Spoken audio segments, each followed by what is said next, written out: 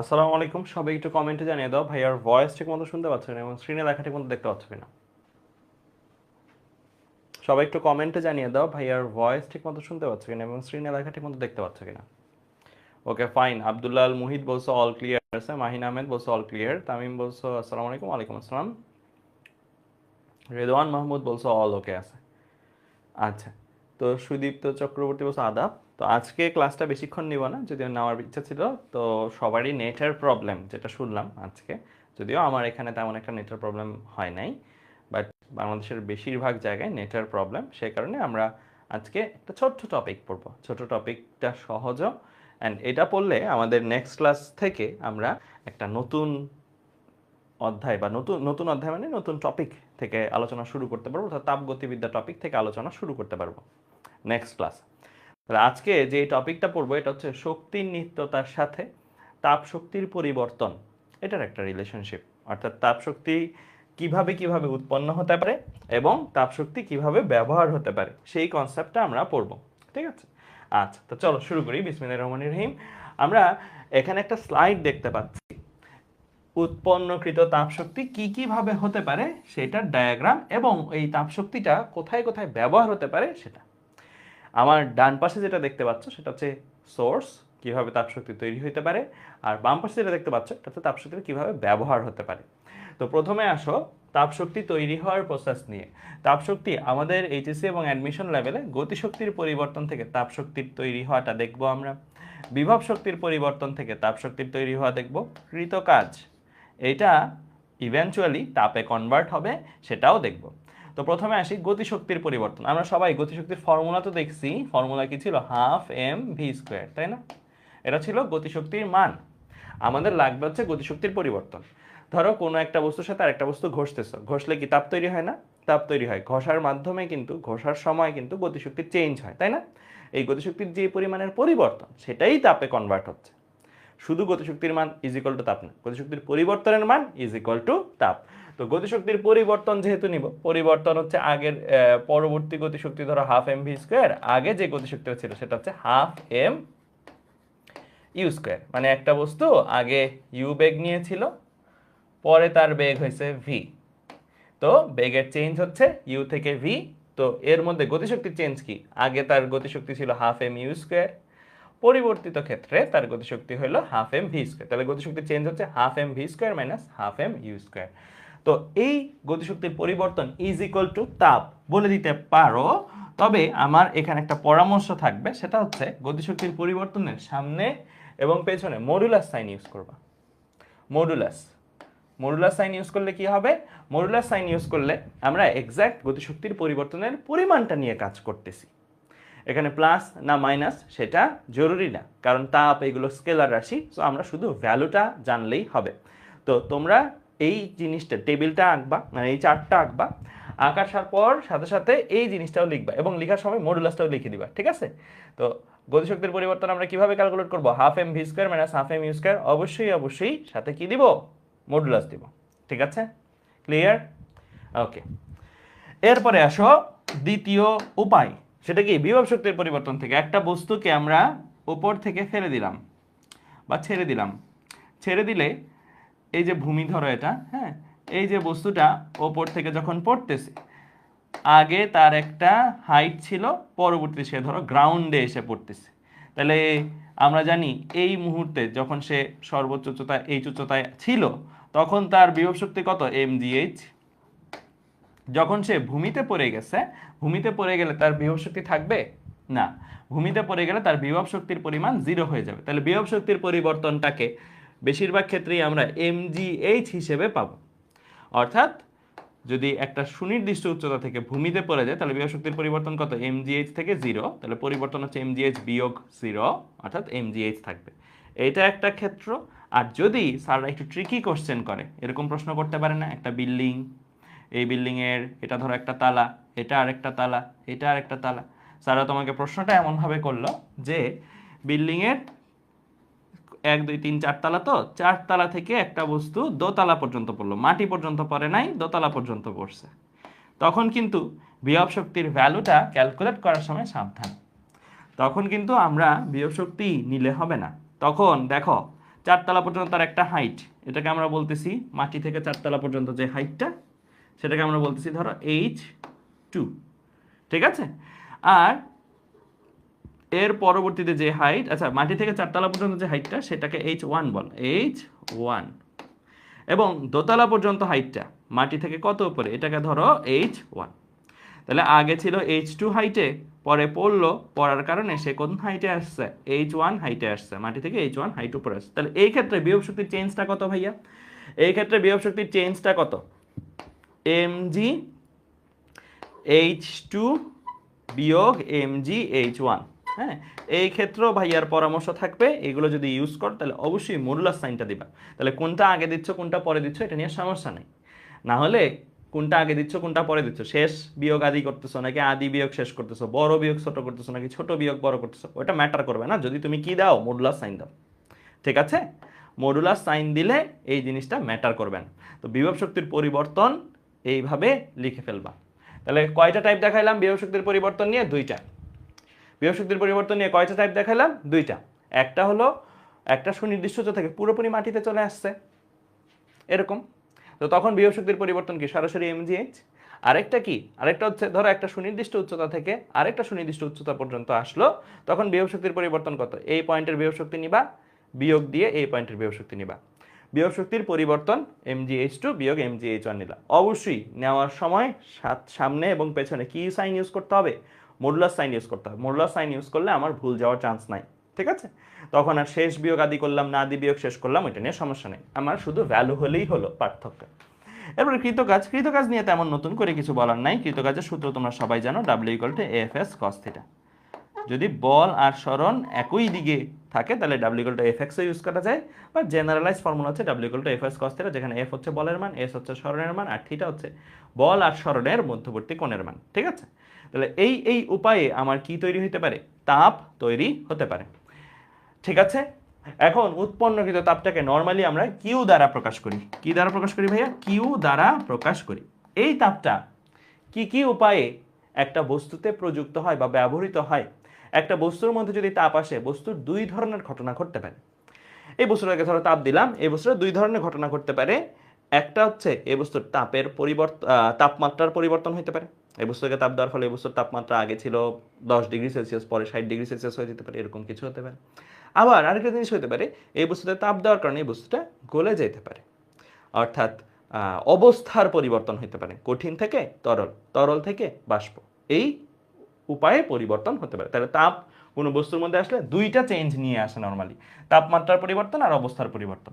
এখন প্রশ্ন হলো তাপমাত্রার পরিবর্তন, তাপমাত্রা আগে যদি থাকে T1, হ্যাঁ, পরবর্তীতে তাপমাত্রা চেঞ্জ হয়ে হইলো ধরো T2, তাহলে তাপমাত্রার পরিবর্তন T1 থেকে T2 করতে কত তাপের প্রয়োজন, কতটুকু তাপের প্রয়োজন, সেটা আমরা ভ্যালু হিসাব করব কি এম এস ডেল থিটা। আমরা একটা ফর্মুলা পড়ছিলাম, এখনো সেটাই আছে, খালি আমরা থিটাটাকে টি দিয়ে প্রকাশ করি আর কি আমাদের এইচএসসি লেভেলে। বা থিটা দিয়ে প্রকাশ করলে যে ভুল যাবে এমন কোনো কথা নেই।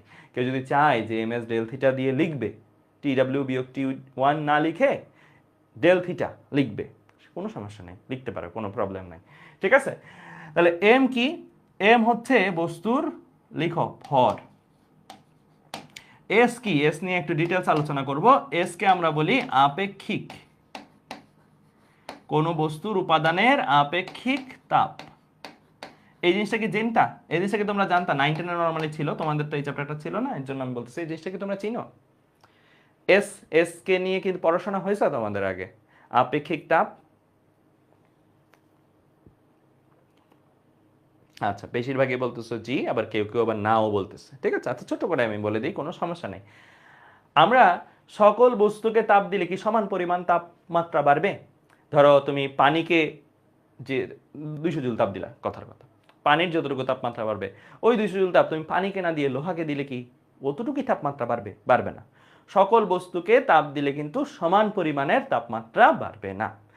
এই যে বস্তুর একটা বৈশিষ্ট্যগত কারণে কোনো বস্তুতে একটু বেশি তাপমাত্রা বাড়ে একই তাপ দেওয়ার কারণে, কোনো বস্তুতে একটু কম তাপমাত্রা বাড়ে একই তাপ দেওয়ার কারণে, এই রাশিটাই হচ্ছে কি এস।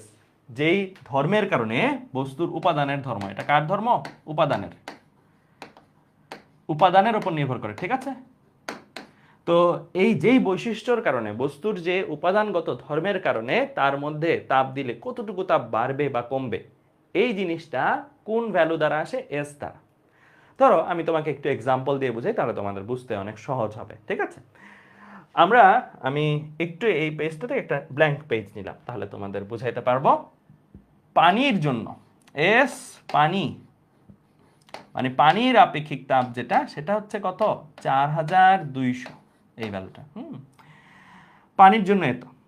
তো এই যে পানির আপেক্ষিক তাপের ভ্যালু এত, হ্যাঁ, বায়ুর জন্য এটা কম, বায়ুর জন্য এটা অনেক কম। তো আমরা গরমকালে যখন খেলাধুলা করে আসি, খেলাধুলা করে বাসায় আসি, বাসায় আসার পরে আমরা ট্যাপের পানি ছাড়ি অথবা মগে কিছু পানি নিয়ে হাত মুখ যখন ধুই, আমাদের একটু ঠান্ডা লাগে না? ঠান্ডা লাগে। মানে কি, চারপাশের বাতাসের যে তাপমাত্রা, সেই তাপমাত্রার চেয়ে পানির তাপমাত্রাকে একটু ঠান্ডা লাগতেছে। কারণটা কি? সম্ভব সবকিছুর তাপমাত্রা সমান হয়ে যাওয়ার কথা না, সবাই তো সবার সাথে এক্সপোজড। যদি সমান বিভিন্ন তাপমাত্রার বস্তু প্রত্যেকের সাথে সংযুক্ত থাকে, তাহলে সবার তাপমাত্রা সমান হয়ে যাওয়ার কথা, কিন্তু পানির তাপমাত্রাটা একটু কম কেন? এটার কারণটা হচ্ছে এই যে, ধরো এইটা ওয়াটার, এই যে পানি এখানে আছে, হ্যাঁ, এটা পানি। আর এই যে সূর্য, মাঝখানে কি আছে? মাঝখানে এই যে বায়ু, এগুলো হচ্ছে বায়ু, ওকে, এয়ার। তো বাতাসের আর পানির তাপমাত্রাগত ডিফারেন্সের কারণ থাকে, সেটা আমি তোমাদের বোঝাচ্ছি। দেখো, সূর্য কিন্তু সমান তাপই দিচ্ছে, মোরলেস। সূর্য এখানে যা তাপ দিচ্ছে, এই বাতাসের হয়ে সেই তাপই কিন্তু দিতেছে। মানে সবাই একই তাপ পাচ্ছে। সবাই একই তাপ পাইলেও সূর্যের এস, সরি সূর্য না, বাতাসের এস, বায়ুর এস অনেক কম কাটছে পানির এসের চেয়ে। পানির এসটা 4200 অ্যারাউন্ড, বাতাসের এসটা হচ্ছে প্রায় 1000-এর মতন আর কি, হ্যাঁ। তো এটা অনেক অল্প। তো অল্প হওয়াতে যেটা হয়েছে সেটা হচ্ছে, এখানে এই যে ভ্যালুগুলা, এই ভ্যালুগুলার আবার একক আছে। এই 4200 যে বললাম না, এটার একক আছে। একক হচ্ছে 4200 joule per KG per kelvin, হ্যাঁ, joule per KG per kelvin. এটা দিয়ে কি বোঝায় জানো? এটা দিয়ে বোঝায় যে এই যে পানির 1 কেজি পানি নিলা, এই পানি তো অনেক কেজির হইতে পারে, 1 কেজি পানির 1 কেলভিন তাপমাত্রা বাড়াতে বা কমাতে, মানে তোমার 1 কেজি পানি নিলা, 1 কেলভিন তাপমাত্রা বাড়াইতে চাও, বাড়াতে বা কমাতে 4200 জুল তাপ লাগবে। 4200 জুল তাপ লাগবে। মানে তুমি যদি 4200 জুল তাপ তাকে দাও, তাহলে এখানে 1 কেজি পানির তাপমাত্রা 1 কেলভিন বাড়বে, ঠিক আছে? যেটা বাতাসের ক্ষেত্রে নিয়ার অ্যারাউন্ড, এটা 1000-এর মতন, বা ধরে নাও 1500। বাতাস তো মিশ্র কমপ্লেক্স জিনিস, তো এটার ভ্যালু যে কোনো হতে পারে। আমি আপাতত ধরে নিচ্ছি হচ্ছে 1000, হ্যাঁ, এরকম আর কি, নিয়ার অ্যারাউন্ড। সেই জায়গায় বাতাসে 1 কেজি পরিমাণ বাতাস যদি নাও, 1 কেজি পরিমাণ বাতাসের তাপমাত্রা 1 কেলভিন বাড়াতে তোমার 1000 জুল তাপ হলেই হবে। তাহলে দেখো, সূর্য কিন্তু সমান পরিমাণের তাপই দিচ্ছে, বাতাসকেও যা দিচ্ছে মোরলেস পানিকেও তাই দিচ্ছে। বাট বাতাসের চেয়ে পানিতে কি 4 গুণ বেশি তাপ লাগছে? 1000 কই আর 4200 কই, তাই না? 4 গুণ বেশি তাপ লাগতেছে। তাহলে সূর্য যদি সাপোজ সূর্য 10,000 জুল তাপ দিতেছে, বাতাসকেও 10,000 জুল তাপ দিচ্ছে, পানিকেও 10,000 জুল তাপ দিচ্ছে। তো বাতাস 10,000 জুল তাপ পাইলে 10 কেলভিন তার বেড়ে যাবে, কারণ প্রতি 1000 জুলে 1 কেলভিন বাড়ে। 10,000 জুল পাইলে তার 10 কেলভিন বাড়বে, তাই না? ঐকিক নিয়ম করছি। 1000 জুলে 1 কেলভিন বাড়লে 10,000 জুলে কত কেলভিন? 10টা 1000 মানে 10 কেলভিন। আর সেই জায়গায় পানির ক্ষেত্রে এটা 4200, 10,000-এর মধ্যে 10,000 জুল তাপ যদি পানি পায়, 10,000-এর মধ্যে কয়টা 4200 আছে? অ্যারাউন্ড 2 কেলভিনের মতন বাড়বে। তাহলে সূর্য একই তাপ দিলেও বাতাসের তাপমাত্রা যতটুকু বাড়তে পারতেছে, পানির তাপমাত্রা কিন্তু ততটুকু বাড়তেছে না। এটাই পানির একটা বৈশিষ্ট্য, যে পানির আপেক্ষিক তাপের ভ্যালু এত। যেই কারণে দিনের বেলায় তুমি যদি দেখো, পানির তাপমাত্রাটা, ধরো বাতাসের তাপমাত্রাটা অ্যারাউন্ড, ধরো 30 ডিগ্রি সেলসিয়াস যদি ওয়েদারে চলে, 30 ডিগ্রি সেলসিয়াস যদি, পানির তাপমাত্রা অ্যারাউন্ড 25 ডিগ্রি সেলসিয়াস থাকে। 25 ডিগ্রি সেলসিয়াস, মানে কম থাকে। হ্যাঁ, স্বাভাবিক যে বাতাসের তাপমাত্রা সেটার চেয়ে পানির তাপমাত্রা কম থাকে, যে কারণে আমরা খেলাধুলা করে আসলাম, বাতাসের সাথে যখন সংস্পর্শে আসি, খেলাধুলার পরে যখন আমি হাত মুখ ধুই, হাত মুখ ধুইলে দেখা যায় কি পানিটা একটু ঠান্ডা। বুঝতে পারছো? কারণ পানির আপেক্ষিক তাপের ভ্যালুটা বাতাসের আপেক্ষিক তাপের ভ্যালুর চেয়ে বেশি। ঠিক আছে? তো এটা শুধুমাত্র বাড়ানোর ক্ষেত্রেই না, কমানোর ক্ষেত্রেও তাই। তোমরা যদি খেয়াল করে থাকো, যদিও আমরা আমাদের দেশে এটা খেয়াল করা ডিফিকাল্ট, বাট মিডল ইস্ট বা অন্যান্য কান্ট্রিতে যদি দেখো, অন্যান্য কান্ট্রিতে কিন্তু রাত যখন হয়, রাত হলে বাতাসটা খুব দ্রুত ঠান্ডা হয়ে যায়, কারণ ওখানে তো জলীয় বাষ্প কম, বাতাসটা ক্লিন, তো অনেক পরিমাণের তাপ। রাতের বেলা কি হয়, দিনের বেলা যেমন সূর্য তাপ দেয়, রাতের বেলা কি হয়, মহাশূন্যে পৃথিবী তাপ ছেড়ে দেয় না, মহাশূন্যে পৃথিবী তাপ ছেড়ে দেয়, তারপর পৃথিবী একটু ঠান্ডা হয়। তো এই বাতাসটা প্রতি 1000 জুল তাপ পাইলে যেমন বাতাসের তাপমাত্রা 1 কেলভিন বাইরে যেত, তেমনি বাতাস যদি 1000 জুল তাপ ছেড়ে দেয় তাইলে তার 1 কেলভিন তাপমাত্রা কমে যাবে। মানে এটা শুধুমাত্র বাড়ার ক্ষেত্রে না, এটা কমার ক্ষেত্রেও তাই। পানির ক্ষেত্রে যেমন 1 কেজি পানির 1 কেলভিন তাপমাত্রা বাড়াইতে 4200 জুল তাপ লাগে, তেমনি পানি ঠান্ডা হইতে চায়, তাইলে পানি 4200 জুল পরিমাণ তাপ যদি ছেড়ে দেয়, পানি যদি 4200 জুল পরিমাণ তাপ ছেড়ে দেয়, তাহলে পানির তাপমাত্রা 1 কেলভিন কমবে। ওর 1 কেলভিন বাড়াইতে হইলেও যেমন 4200 জুল তাপ দরকার, 1 কেলভিন তাপমাত্রা কমাইতে হইলেও 4200 জুল তাপ ছেড়ে দেওয়া দরকার। বুঝতে পারছো? তাই এই আপেক্ষিক তাপের কনসেপ্টটা খুব বেশি জরুরি। আমাদের চারপাশে কিন্তু প্রতিদিনই আমরা এই জিনিসটাকে ফেস করতেছি, যেই কারণে আমরা গরমকালে যখন পানি ধরি ঠান্ডা লাগে, আবার মিডল ইস্ট বা ওই কান্ট্রিগুলোতে রাতের বেলা বাতাস ঠান্ডা হয়ে গেছে, শীতকালের মতন বাতাস ঠান্ডা হয়ে গেছে, বাট পানিকে ধরে দেখবে গরম আছে, পানিকে ধরে দেখবে গরম, কারণ বাতাস তো 1000 জুল তাপ ছেড়ে দিয়ে 1 কেলভিন কমে গেল, আরো 1000 জুল তাপ ছেড়ে দিয়ে আরো 1 কেলভিন কমে গেল, আরো 1000 জুল তাপ ছেড়ে দিয়ে আরো 1 কেলভিন কমে গেল। সেই তুলনায় পানি কিন্তু 4200 জুল তাপ ছাড়লে 1 কেলভিন কমে। তো ওর ঠান্ডা হইতে একটু সময় লাগে বেশি, গরম হইতেও সময় লাগে বেশি, ঠান্ডা হইতেও সময় লাগে বেশি। তো আপেক্ষিক তাপের কনসেপ্টটা আশা করি বুঝাইতে পারছি। আপেক্ষিক তাপ বস্তু ওয়াইজ আলাদা হয়, যেমন পানি আর বায়ু নিয়ে আমি বুঝালাম, তেমনি বিভিন্ন বস্তুর ক্ষেত্রে বিভিন্ন রকম হয়। তো আপেক্ষিক তাপের সংজ্ঞাটা একটু লিখে রাখো, তাহলে তোমাদের জন্য ইজি হবে। ঠিক আছে, সংজ্ঞাটা একটু লিখে রাখো, আপেক্ষিক তাপের সংজ্ঞা। হ্যাঁ, কোন বস্তুর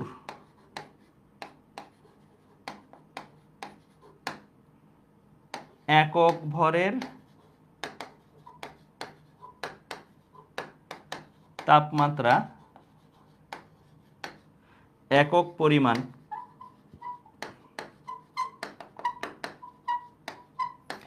বাড়াতে বা কমাতে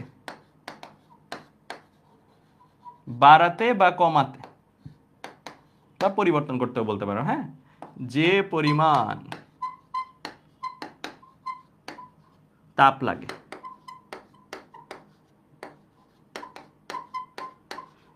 এককটা দেখলেও বোঝা যায়, 4200 joule per KG per kelvin, অর্থাৎ 1 কেজি ভরের বস্তুর 1 কেলভিন পরিমাণ তাপমাত্রা বাড়াতে বা কমাতে যে পরিমাণের জুল লাগে, জুল মানে কি তাপ লাগে, সেটাই হচ্ছে ওই বস্তুর আপেক্ষিক তাপ। ঠিক আছে, ক্লিয়ার? এককটা কি joule per KG per kelvin. বুঝতে পারছো? এই কারণে কি শীতের সময় পানি কিছুটা গরম অনুভূত হয়? এক্স্যাক্টলি এই কারণে শীতের সময় পানি কিছুটা গরম অনুভূত হয়। ঠিক আছে, বুঝতে পারছো? এটা কিন্তু ওপেন ওয়াটার নিয়ে কথাবার্তা বলছি, যে মানে খোলা যে পানিগুলা, উন্মুক্ত পানিগুলা। ঠিক আছে, নর্মালি আমাদের ট্যাঙ্কের ভেতরে যে পানিটা থাকে সেটা না, কারণ ওইটা তো আর বায়ুর সাথে উন্মুক্ত না। ঠিক আছে, আচ্ছা, তো মিডল ইস্ট বা ওই কান্ট্রিগুলোতে তুমি এগুলো আসলে বেশি ফিল করতে পারবা। ওদের তো আর্দ্রতাটা কম, বায়ুর যে আর্দ্রতা সে আর্দ্রতা কম, কারণ বায়ুর আর্দ্রতা আবার আরেক জিনিস। বায়ুর আর্দ্রতা হচ্ছে বায়ুর মধ্যেই পানির কণা আছে। বাংলাদেশ বা এই কান্ট্রিগুলোতে আর্দ্রতা অনেক বেশি, আর্দ্রতা অনেক বেশি হওয়ার কারণে তাপটা ধরে রাখে। যদি আর্দ্রতা কম হইতো তাহলে ঘাম কম হয় ওই কান্ট্রিগুলোতে, অ্যান্ড ওই কান্ট্রিগুলোতে দেখবা দিনের বেলা অনেক গরম। তুমি দেখবা রাত আর দিনের তাপমাত্রা পার্থক্য অনেক বেশি, দিনের বেলা অনেক গরম আর রাতের বেলা কম্বল নিয়ে ঘুমাতে হয়। এই কারণে তুমি শুনে দেখবা যে যারা হজ করতে যায়, মানে তোমাদের চারপাশে যদি তোমাদের কোনো আত্মীয় স্বজন হজ করতে যায়, তার থেকে অনুভূতি নিলে দেখবা যে দিনের বেলা অনেক গরম, রাতের বেলা আবার কম্বল নিয়ে ঘুমাতে হয়। মানে বাতাসের যে আপেক্ষিক তাপ সেটা কম হওয়ার কারণে এটা হচ্ছে। দিনের বেলা সে অনেক দ্রুত তাপমাত্রার বাইরে যাচ্ছে তাপ নিয়ে, কারণ তার তাপ আপেক্ষিক তাপের ভ্যালু কম। আর রাতের বেলা আপেক্ষিক তাপের ভ্যালু কম হওয়ার কারণেই সে তাপ ছেড়ে দিয়ে দ্রুত ঠান্ডা হয়ে যায়। সেই তুলনায় পানির তাপমাত্রা বাড়তেও সময় লাগে, কমতেও সময় লাগে। তো পানির তাপমাত্রাটা মোরলেস একটু স্টেবল, বাট বাতাসের তাপমাত্রা দিন আর রাতের মধ্যে পার্থক্য অনেক বেশি। বুঝতে পারছো? আচ্ছা, বৃষ্টির ক্ষেত্রে কিরকম? বৃষ্টি বা ওগুলো আলাদা জিনিস, ওইটা তোমরা পড়বা আদর্শ গ্যাস চ্যাপ্টারটাতে। আপেক্ষিক আর্দ্রতা এই কনসেপ্টগুলো তোমাদের সবই আছে, ঠিক আছে? চিন্তার কোনো কারণ নেই, সবই তোমরা পড়বা। আচ্ছা, যেখানে ছিলাম আমরা ফর্মুলা পড়তেছিলাম যে কোনো বস্তুর উপরে তাপ আসলে সেই বস্তুর তাপমাত্রা চেঞ্জ হবে। তাপমাত্রা চেঞ্জ হইতে তো একটা তাপ লাগে। ধরো তুমি একটা বস্তুকে কত তাপ দিলে তার তাপমাত্রা কত পরিমাণে চেঞ্জ হবে সেটা তুমি জানতে চাও, তো তুমি এই ফর্মুলাতে জানতে পারো। সেই ফর্মুলা হচ্ছে ms T2 - T1। T2 কি? শেষ তাপমাত্রা। T2 কি? শেষ তাপমাত্রা। আর T1 কি? আদি তাপমাত্রা। ওই যে তাপমাত্রা চেঞ্জ হওয়ার আগে তার যা তাপমাত্রা ছিল, আর T1 হচ্ছে তাপমাত্রা চেঞ্জ হওয়ার আগে তার যে তাপমাত্রা ছিল এটা T1, T2 হচ্ছে তাপমাত্রা চেঞ্জ হওয়ার পরে শেষ যে তার তাপমাত্রাটা অর্জন হয়েছে সেটা। তো এখানে তুমি যখন করবা অবশ্যই ক্যালভিন ভ্যালু ইউজ করতে হবে, ঠিক আছে? T2 T1 এর ক্যালভিন ভ্যালু ইউজ করতে হবে, ঠিক আছে? আচ্ছা, যদিও আমি বলি যে তাপমাত্রার পরিবর্তন আমরা গত ক্লাসেই পড়ছি, ক্যালভিনে যা ডিগ্রি সেলসিয়াসে তাই না? তাপমাত্রার পরিবর্তন ডিগ্রি সেলসিয়াসের পরিবর্তন, ধরো 1 ডিগ্রি সেলসিয়াস তাপমাত্রার পরিবর্তন আর 1 কেলভিনের পরিবর্তন সেম না? সেম। তো যদি T2 বিয়োগ T1 করো, তুমি T2 T1 এদেরকে ক্যালভিনে বসাইলে বিয়োগ করলে যা মান পাবা, তুমি T2 T1 কে ডিগ্রি সেলসিয়াসে বসাইয়ে বিয়োগ করলে তাই মান পাবা, কারণ তাপমাত্রার পরিবর্তন ক্যালভিনেও যা ডিগ্রি সেলসিয়াসেও তা, বাট ফারেনহাইটে বসাইলে হবে না। নর্মালি আমরা সবসময় ক্যালভিনে নিয়ে বসানোটাই বেশি প্রেফার করি। আমরা বেশিরভাগ ক্ষেত্রে ক্যালভিনে নিয়েই বসাবো। ডিগ্রি সেলসিয়াসে বসাইলেও ভুল নাই, বাট ক্যালভিনেরটা বেশি উপযোগী। আচ্ছা, এই আপেক্ষিক তাপের 3টা ভ্যালু তোমাদের একটু মুখস্থ রাখতে হবে। হ্যাঁ, এগুলো একদম খুবই আসে 3টা ভ্যালু। পানির জন্য, যেটা আমি অলরেডি বলছি তোমাদেরকে, পানির জন্য এস এর ভ্যালু কত? 4200।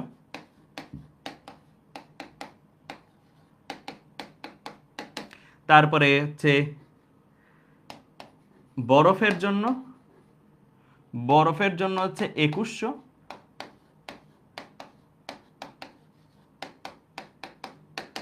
তারপরে হচ্ছে বাষ্পের জন্য এস হচ্ছে 2000। এই ভ্যালুগুলো তোমাদের মুখস্থ রাখতে হবে, ঠিক আছে? তো এই 3টা ভ্যালু কিন্তু বলে দিবে না, এটা মুখস্থ রাখতে হবে। বরফের জন্য আপেক্ষিক তাপের ভ্যালু, পানির জন্য আপেক্ষিক তাপের ভ্যালু, বাষ্পের জন্য আপেক্ষিক তাপের ভ্যালু, ঠিক আছে? আচ্ছা, তাহলে আমরা এই জিনিসটা বুঝলাম, এটা হচ্ছে তাপমাত্রার পরিবর্তনের জন্য যেই পরিমাণের তাপ দরকার। হ্যাঁ, তো এটাই হচ্ছে কিউ, ঠিক আছে? এটাই হচ্ছে কিউ। আচ্ছা, এরপর আসো অবস্থার পরিবর্তন। অবস্থার পরিবর্তন মানে কি? অবস্থার পরিবর্তন হচ্ছে পানি থেকে বাষ্প হওয়া, বরফ থেকে পানি হওয়া, এই কনভার্সনগুলো। অর্থাৎ এখানেও তাপ লাগে। 0 ডিগ্রি সেলসিয়াসের বরফকে 0 ডিগ্রি সেলসিয়াসের বাষ্পে, বা সরি 0 ডিগ্রি সেলসিয়াসের বরফকে তুমি 0 ডিগ্রি সেলসিয়াসের পানিতে নিতে চাও, লিখো আমার সাথে সাথে। 0 ডিগ্রি সেলসিয়াসের বরফ থেকে তুমি 0 ডিগ্রি সেলসিয়াসের পানি নিতে চাও।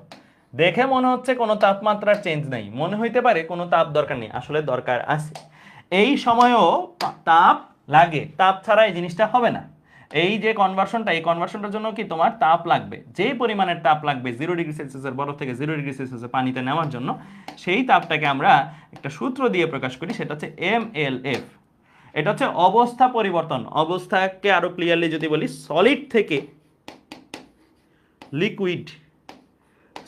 থেকে লিকুইড এ যাওয়ার সময় তোমার কি পরিমাণের তাপ লাগবে, সেই তাপের পরিমাণটা হচ্ছে Q equal to mLF। M কি? এম এর পরিচয় কি? এম এর পরিচয় হচ্ছে ভর।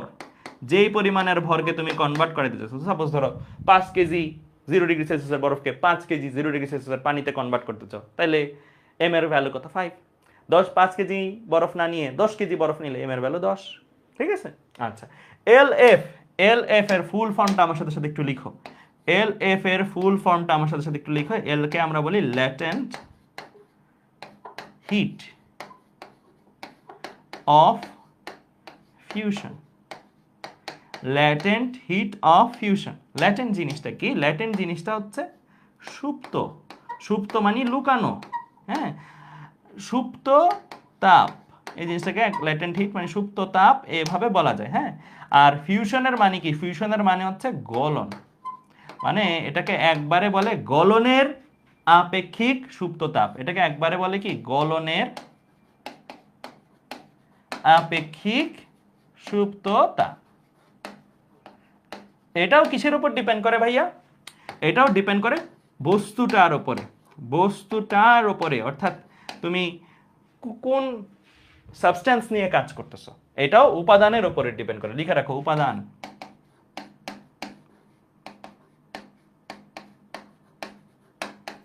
উপাদানের উপর ডিপেন্ড করে। ধরো তুমি সীসা নিলা, সীসার 0 ডিগ্রি, সীসারও তো গলনাঙ্ক আছে, সীসার গলনাঙ্ক মানে 327 মনে হয়। সীসার যদি গলনাঙ্ক, সীসা কঠিন পদার্থ হিসেবে নিলা, এই সীসাটাকে তুমি গলায় লিকুইড সীসাতে কনভার্ট করতে যাচ্ছ, তাহলে গলনাঙ্কের তাপমাত্রার সমান কঠিন সীসা নিলাম, সেটাকে আমি গলায় লিকুইড সীসাতে কনভার্ট করতে যাচ্ছি, তাহলে আমার যেই তাপ লাগবে সেই জায়গায় বরফ নিলাম, গলনাঙ্কের তাপমাত্রায় বরফ নিলাম, সেই বরফটাকে গলায় আমি পানিতে কনভার্ট করতে যাচ্ছি, আমার কি একই তাপ লাগবে?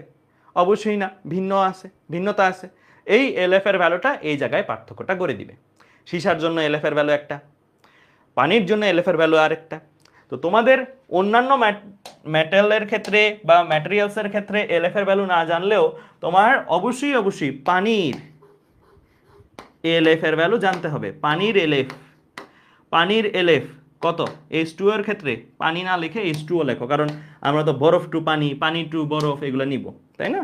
H2O লেখো, H2O এর ক্ষেত্রে এর এলএফ কত? 3.36 ইন্টু 10 টু দি পাওয়ার 5 এত জুল পার কেজি। এটার এককটাও লিখো, এত জুল পার কেজি। এই ভ্যালুটা মুখস্থ রাখতে হবে তোমাদের। এই ভ্যালুটা কি ইন্ডিকেট করতেছে? এই ভ্যালুটা ইন্ডিকেট করতেছে প্রতি 1 কেজি বরফকে তুমি যদি কনভার্ট করতে চাও প্রতি 1 কেজি পানিতে, তাহলে কত তাপ লাগবে। দেখো এককটার দিকে তাকাইলেই বোঝা যায়। 3.36 into 10 to the power 5 joule per KG, অর্থাৎ প্রতি 1 কেজি বরফকে 1 কেজি পানিতে কনভার্ট করতে কত তাপ লাগবে? 3.36 into 10 to the power 5 joule তাপ লাগবে। ঠিক আছে, ক্লিয়ার? বুঝতে পারছো? গেল। এখন এইটা কিন্তু আমরা পড়ছি সলিড থেকে লিকুইডে নেওয়ার ক্ষেত্রে।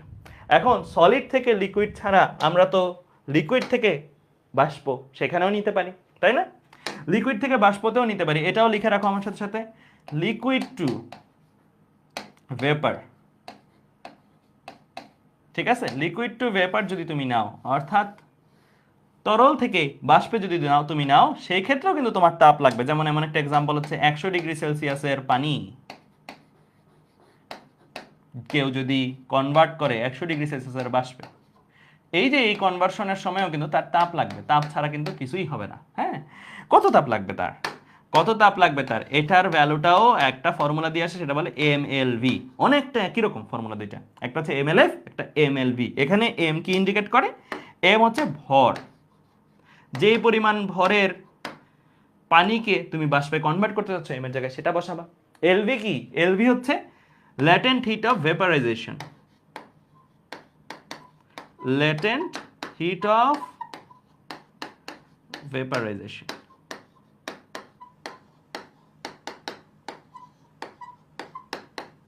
ঠিক আছে, এলভিটাও কিসের উপর ডিপেন্ড করে? কোন সাবস্টেন্স বা কোন উপাদান নিয়ে কাজ করতেছো সেটার উপর নির্ভর করে। তো এলভি এর ভ্যালু তোমাদের মুখস্থ রাখা লাগবে পানির জন্য। লিখে রাখো H2O এর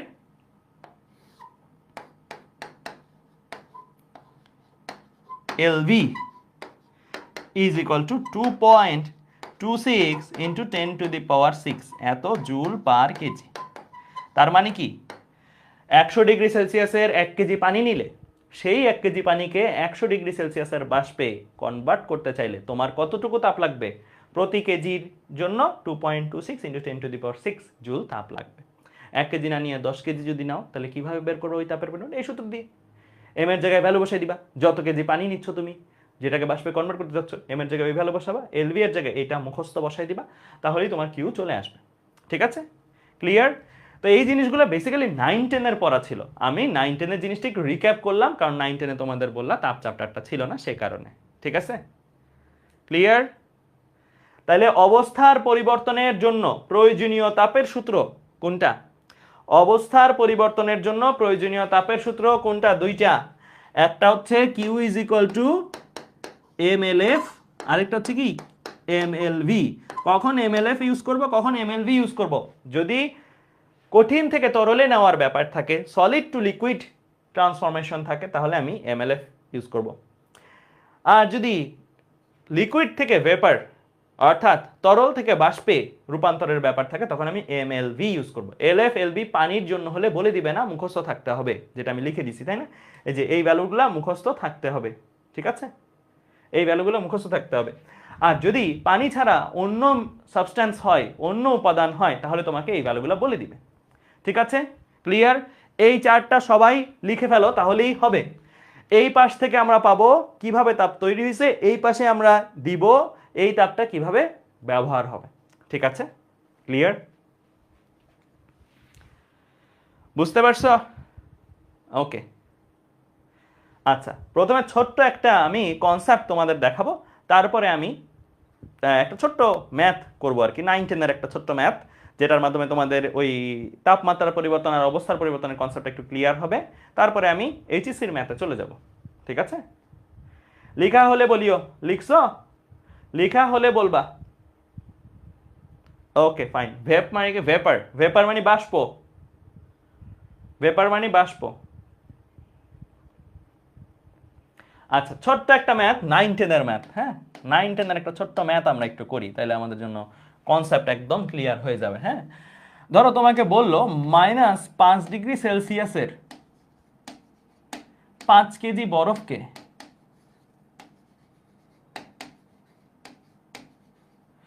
120°C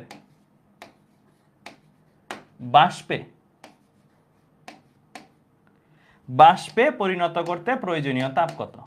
বাষ্পে পরিণত করতে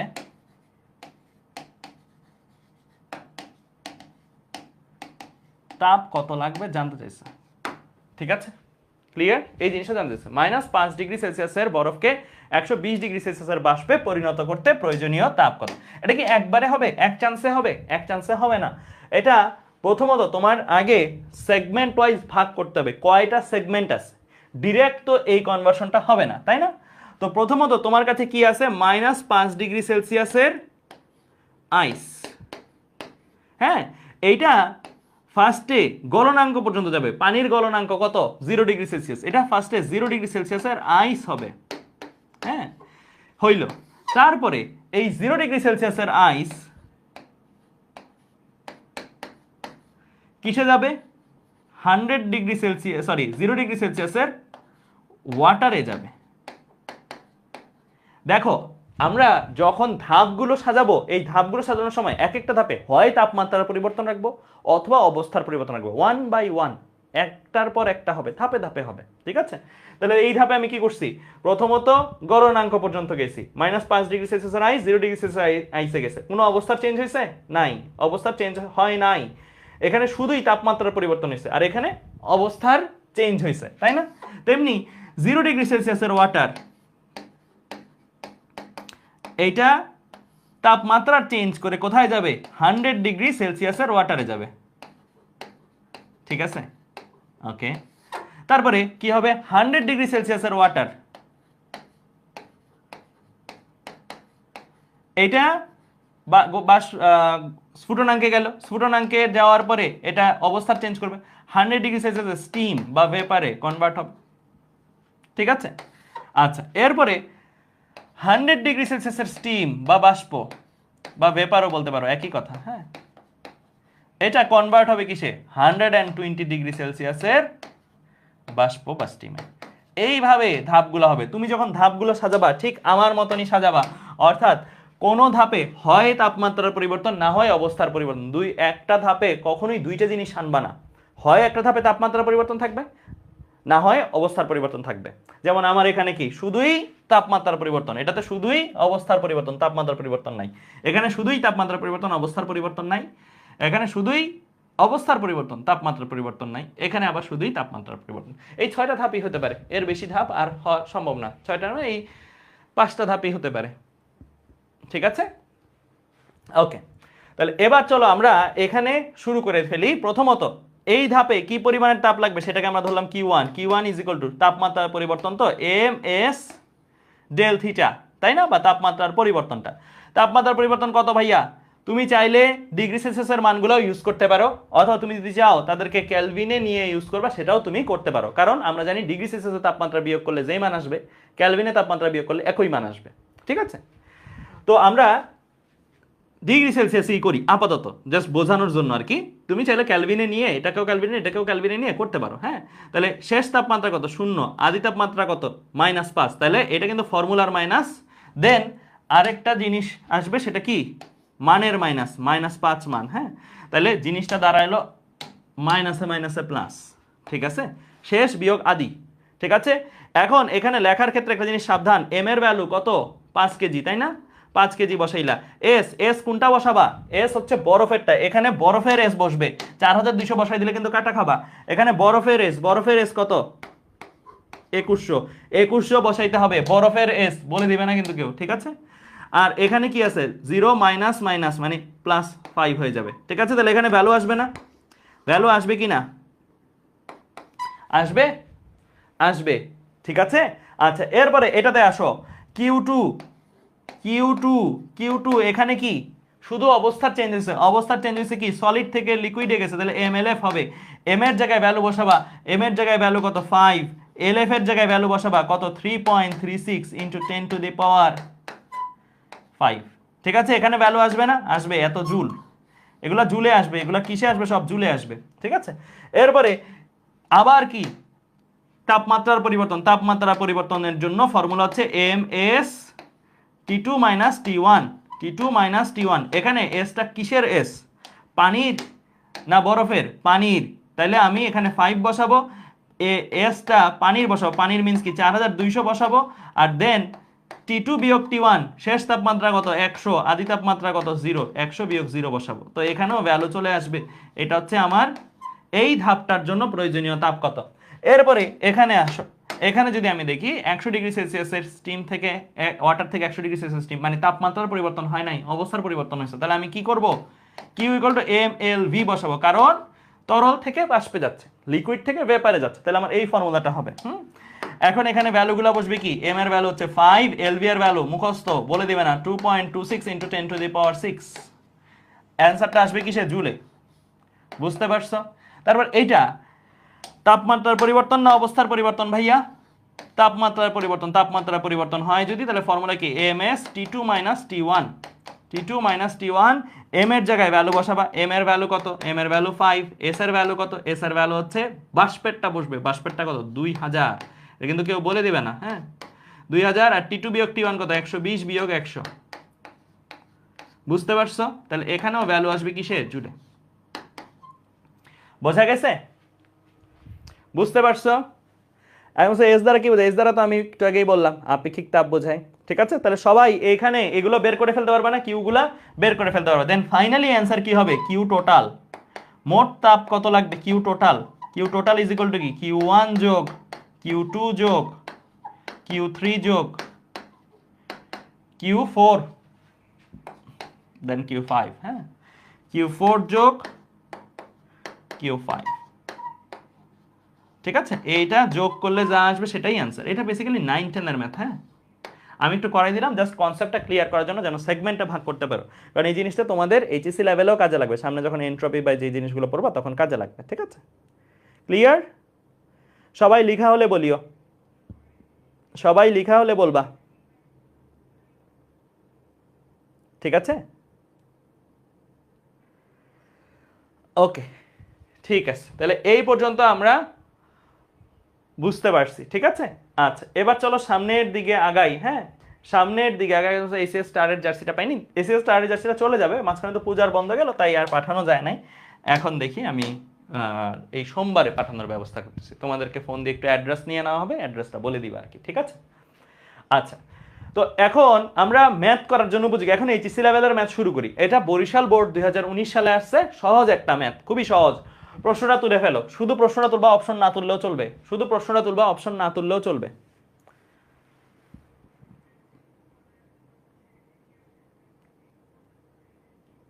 প্রশ্নটা তোলা হলে ডান বলিও, তাহলে আমি পরের ধাপ শুরু করে দিব। হ্যাঁ, তো ভাই আমাদের ফার্স্ট সেমিস্টার আইডিয়াল গ্যাস আছে জানুয়ারি 1 ফার্স্ট সেমিস্টার, তাহলে তুমি আর্কাইভ দেখে শেষ করে ফেলো। আইডিয়াল গ্যাসের আর্কাইভ দেখে শেষ করে ফেলো।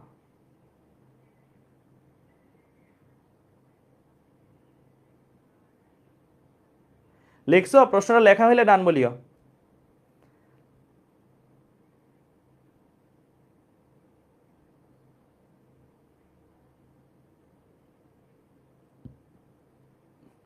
কি বলছো আমারটা পড়ে না? হ্যাঁ পড়তেছি তো তোমার কমেন্ট।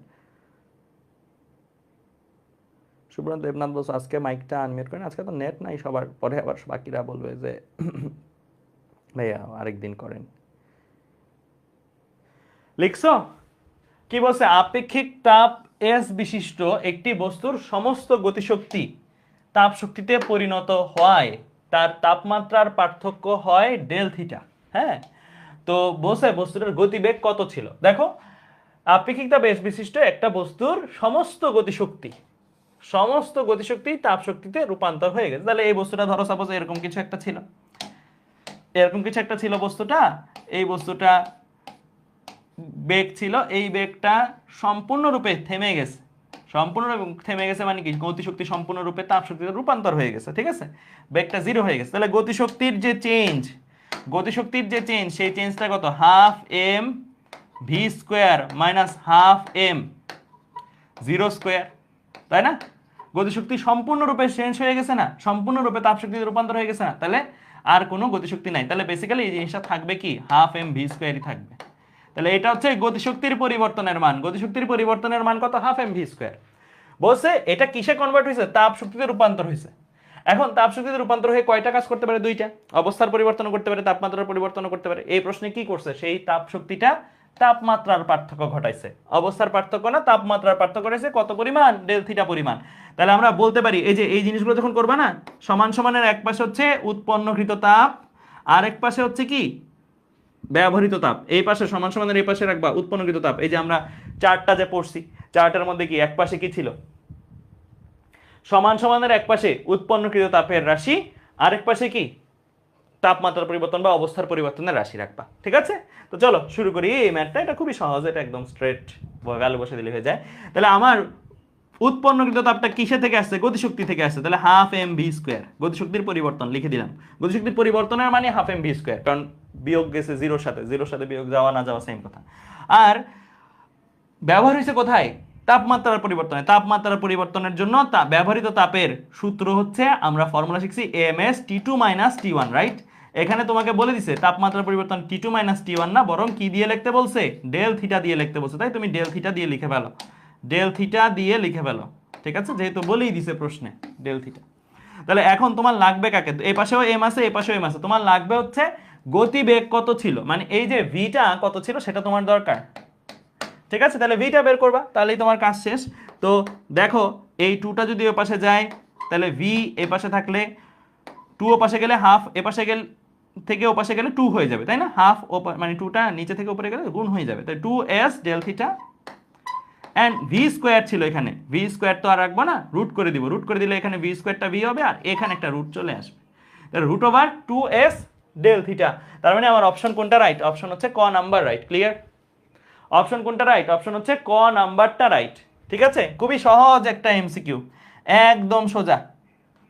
বুঝতে পারছি? বোঝা গেছে? ক্লিয়ার একদম? এই অধ্যায়টা করতে কি আইডিয়াল গ্যাসের কোনো বেসিক লাগবে? হ্যাঁ লাগবে, বাট এটা আমি পড়াই দিব, সমস্যা নেই। ওই যতটুকু বেসিক লাগবে সেটা আমি পড়াই দিব। ঠিক আছে, এই চ্যাপ্টারেই পড়াই দিব। আচ্ছা, এরপরে আরেকটা ম্যাথ। এই ম্যাথটা সবাই তুলে ফেলো, তোলা হলে ডান বলিও। এই ম্যাথটা সবাই তুলে ফেলো, তোলা হলে ডান বলিও, ডি লিখিও।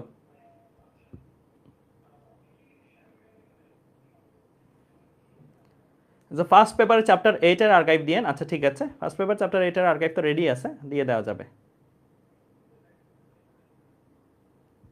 হিমাদ্রি দাস বলছো আজকের ক্লাসটা একটু কঠিন লাগতেছে।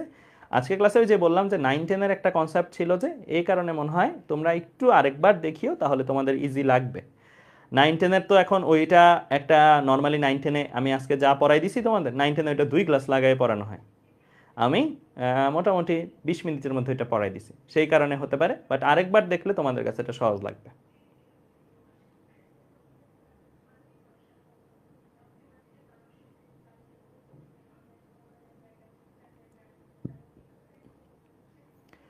সাইকেল 4 এর আর্কাইভে প্র্যাকটিস শিট দেওয়া হয়নি কেন? আচ্ছা ঠিক আছে, আমি দিয়ে দেওয়ার ব্যবস্থা করতেছি, কোনো সমস্যা নেই। আমি বলছি ভাইয়া আর্কাইভ ক্লাস করলে কি লাইভ ক্লাস আবার করা উচিত? আমি বলবো যে হ্যাঁ, কারণ লাইভ ক্লাস না করলেও লাইভ ক্লাসের নোটগুলো অ্যাটলিস্ট দেখে যাওয়া উচিত, কারণ অনেকগুলো কন্টেন্ট আপডেট হয়, নতুন কন্টেন্ট।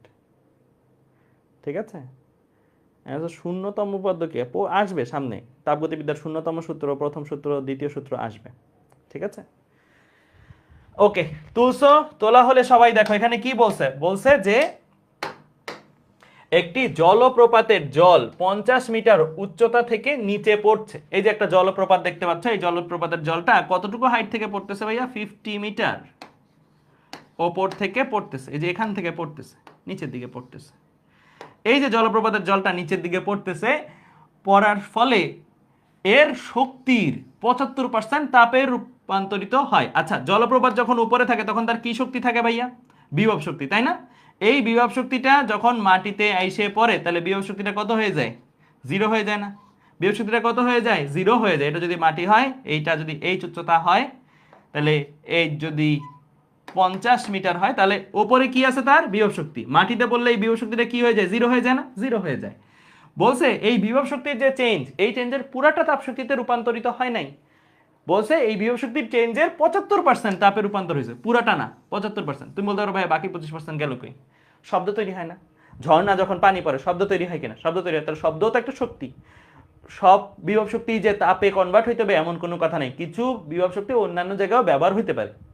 তো তোমাকে বলে দিবে স্যাররা, যদি 75% বা 100% বিভব শক্তিটা তাপে রূপান্তর না হয়, এরকম ফ্র্যাকশন অ্যামাউন্ট হয়, তাহলে স্যাররা বলে দিবে কত পার্সেন্ট রূপান্তরিত হয়েছে। যেমন এই ম্যাথটা বলে দিছে, পরিণত হয়ে জলে শোষিত হলে জলের উষ্ণতা কত বৃদ্ধি পাবে। দ্যাট মিনস তোমার কাছে এই তাপমাত্রার পার্থক্যটা জানতে চাইছে। দ্যাট মিনস T2 বিয়োগ T1 কত, বা ডেল থিটা কত জানতে চাইছে। ঠিক আছে, এই পার্থক্যটা কত সেটা জানতে চাইছে।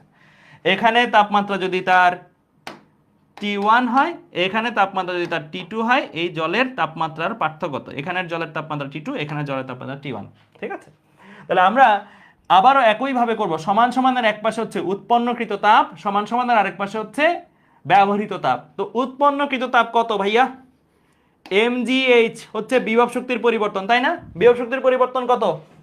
mgh বিয়োগ 0। mgh হচ্ছে বিভব শক্তির পরিবর্তন। বিভব শক্তির পরিবর্তন পুরাটা কি আমার ms ডেল থিটা বা T2 - T1 তৈরি করছে? পুরাটাই কি এখানে তৈরি হয়েছে? না। এইভাবে রাখলে হবে না। এই বিভব শক্তির পরিবর্তনের 75% হচ্ছে তাপে রূপান্তর হয়েছে। আমি উৎপন্নকৃত তাপ পুরাটা বিভব শক্তির পরিবর্তন থেকে আসে নাই। বিভব শক্তির পরিবর্তনের কত পার্সেন্ট? 75%। তাই এখানে ভাইয়া একটা 75% দিয়ে নিতে হবে। বলো বুঝছো কিনা? বলে দিছে তো, বিভব শক্তির পরিবর্তনের বা ওই শক্তি মানে বিভব শক্তি আর কি, বিভব শক্তির 75% কিসে পরিণত হয়েছে? তাপে পরিণত হয়েছে। তাহলে আমরা এখানে কি উৎপন্নকৃত তাপটা বসাবো না? উৎপন্নকৃত তাপ কি পুরাটা বিভব শক্তি থেকে আসছে? না, বিভব শক্তির 75% হচ্ছে উৎপন্নকৃত তাপ। তাহলে বিভব শক্তি ইন্টু 75% দিলাম। ঠিক আছে, আর এই পাশে কি দিলাম? এই পাশে হচ্ছে তাপটা ব্যবহার হয়েছে কোথায়। ক্লিয়ার? বুঝতে পারছো? সো এই জায়গাটা মিস করা যাবে না। সাবধান সাবধান, প্রশ্ন খেয়াল রাখতে হবে। ঠিক আছে, তাহলে আমরা এখন হিসাব করি।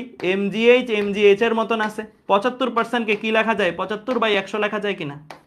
75/100 লেখা যায়। আর এখানে ms তাপমাত্রার পরিবর্তনকে ডেল টি বললাম, কারণ আমার এখানে শুধু তাপমাত্রার পরিবর্তনটা হলেই হবে। T2 কত, T1 কত দরকার নাই, ডেল টিটা হলেই হবে। ঠিক আছে, আচ্ছা এই পাশের m কাটাকাটি চলে যায়। তাহলে এখন তুমি ভ্যালুগুলা বসাই দিলে কিন্তু মোটামুটি কাজ হয়ে যাবে। জি এর ভ্যালু কত? 9.8। এইচ এর ভ্যালু কত? 50। হ্যাঁ, তারপরে এখানে কি আছে? 75/100। আর এ পাশে এস কাটটা বসাবো পানির, কারণ পানি অবস্থায় আছে সে। পানির এস কত? 4200, মুখস্থ থাকবে এটা। আর এটা হচ্ছে ডেলটি। তাহলে দেখো সব জানি ডেলটি ছাড়া, ডেলটি চলে আসবে না? ডেলটিকে এক পাশে করো, বাকি সব অন্য পাশে করে দাও, তাহলে ডেলটিটাকে তুমি পেয়ে যাবা। তো ডেলটিটা বের করে ফেলো। 9.8 ইন্টু 50 ইন্টু 75/100, হ্যাঁ মানে 0.75 ডিভাইডেড বাই 4200 আসছে কত? 0.0875। 0.0875 এত কেলভিন বা এত ডিগ্রি সেলসিয়াস, যেটা ইচ্ছা সেটা বলতে পারো, কারণ তাপমাত্রার পরিবর্তন ডিগ্রি সেলসিয়াসে যে কথা, ক্যালভিনে সেই একই কথা। ঠিক আছে, লেখা হলে বলিও, এই পর্যন্ত লেখা হলে বলিও। বুঝতে পারছো? একদম এসটিপিতে এস এর মান কত হবে এটা তাপমাত্রার উপর ডিপেন্ড করে না, এই এস এর মানটা বস্তুর অবস্থার উপর ডিপেন্ড করে আর বস্তুর উপাদানের উপর ডিপেন্ড করে। ঠিক আছে, ক্লিয়ার? বোঝা গেছে? এখন এখানে একটা জে দিয়ে দিছে, এটা দরকার নাই, এটা দরকার নাই, এটা লাগবে না, এই জিনিসটা লাগবে না, এই জিনিসটা দরকার নেই। এটা বলে দিছে যে ক্যালোরি থেকে আর্জ এ কনভার্ট করতে চাইলে কত, এটা আমার এই ম্যাথের দরকারই নেই।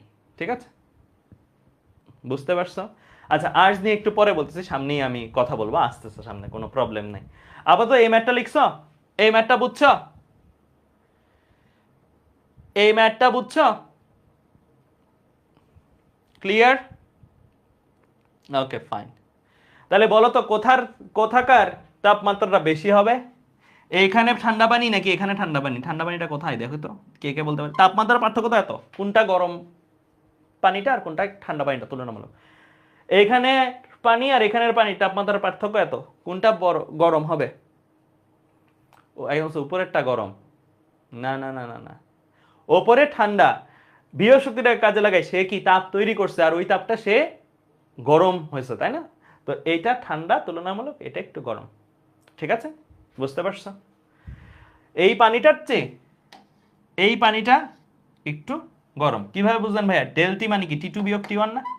টি টু বিয়োগ T one is equal two এত, তাহলে টি টু ইজ ইকুয়াল টু এইটা যোগ টি ওয়ান, মানে টি টুটা একটু বেশি। ঠিক আছে, বুঝতে পারছো? ঠিক আছে, তাহলে আমরা এই পর্যন্ত বুঝতে পারলাম। আচ্ছা, আরো কিছু ম্যাথ করি, তাহলে আমাদের আরো কনসেপ্টটা ক্লিয়ার হয়ে যাবে। সবাই এই ম্যাথটা একটু তুলে ফেলো ফাস্ট, সবাই এই ম্যাথটা একটু ফাস্ট তুলে ফেলো।